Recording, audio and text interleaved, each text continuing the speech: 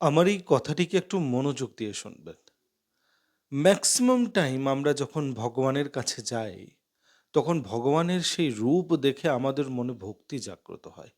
আর সেই ভক্তি দিয়ে আমরা বলি যে, "প্রভু, আমি তোমাকে দেখতে পাচ্ছি। আমি তোমার ভাবনা যেটা রয়েছে আমার প্রতি সেটাকে গ্রহণ করে দেখতে পাচ্ছি। কিন্তু আমি সেই ভাবনাটাকে নিজের অন্তরে সবসময় রাখতে চাই।"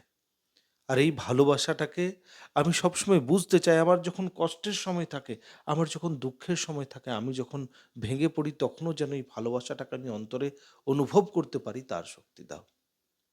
আর ভগবান কি বলেন? ভগবান বলেন যে, "অন্তর থেকে এই রকমের ভাবনা জাগৃত কর যে যেখানে দৃষ্টি দিবি সেখানেই আমাকে দেখতে পারবি।" মানে আমরা ভগবানকে দেখে অন্তরে যে ভাবনাটা জাগ্রত করছি, ভগবান বলছেন সেই ভাবনাটাকে ১ম এই জাগ্রত কর। এইরকম অবস্থাতে নিয়ে আয় যে যেখানে দেখবি সেখানেই ঈশ্বর রয়েছে।